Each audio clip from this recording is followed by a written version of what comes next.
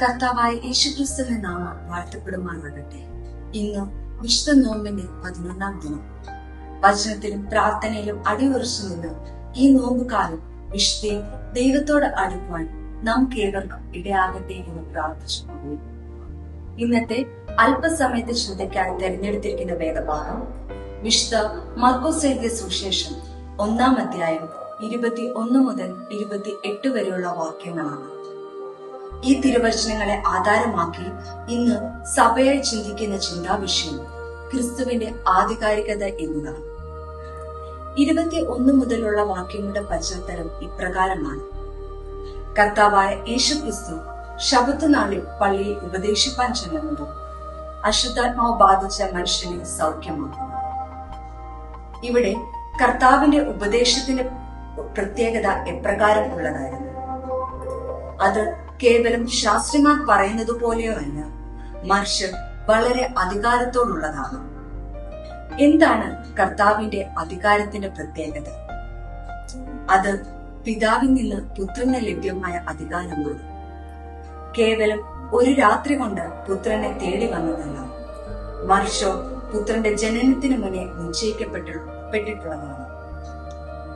വിശുദ്ധ പൗലോസ് ഇപ്രകാരം പറയുന്നു: ക്രിസ്തുവിൽ എല്ലാ അധികാരവും ഒന്നിച്ചു നിൽക്കുന്നു.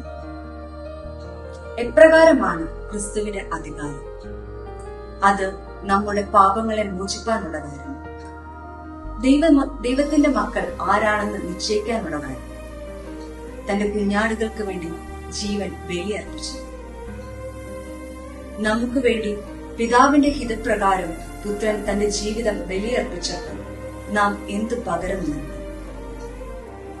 എന്റെ ഈ ജീവിതം എനിക്ക് വേണ്ടി മാത്രമുള്ളതല്ല, മറിച്ച് അത് മറ്റുള്ളവരുടെ നന്മയ്ക്കും കൂടി വേണ്ടിയുള്ളതാണ് എന്ന ചിന്ത മാത്രമാണ്. കാരണം ക്രിസ്തു നമുക്കൊരു അധികാരം നൽകുന്നു. നിങ്ങൾ പോയി ഏവരെയും എന്റെ ശിഷ്യരാക്കിക്കൊള്ളുകയും എന്ന്.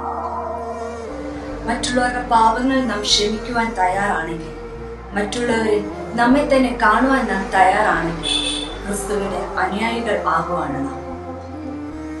പടകിലിരുന്നപ്പോൾ കാറ്റിനെയും കോളിനെയും ശാന്തമാക്കിയ ക്രിസ്തുവിനെ ശിഷ്യന്മാർ അറിയാൻ വൈകിയതുപോലെ നമ്മുടെ കൂടെയുള്ള ക്രിസ്തുവിനെ നാം അറിയാൻ വൈകരുത്.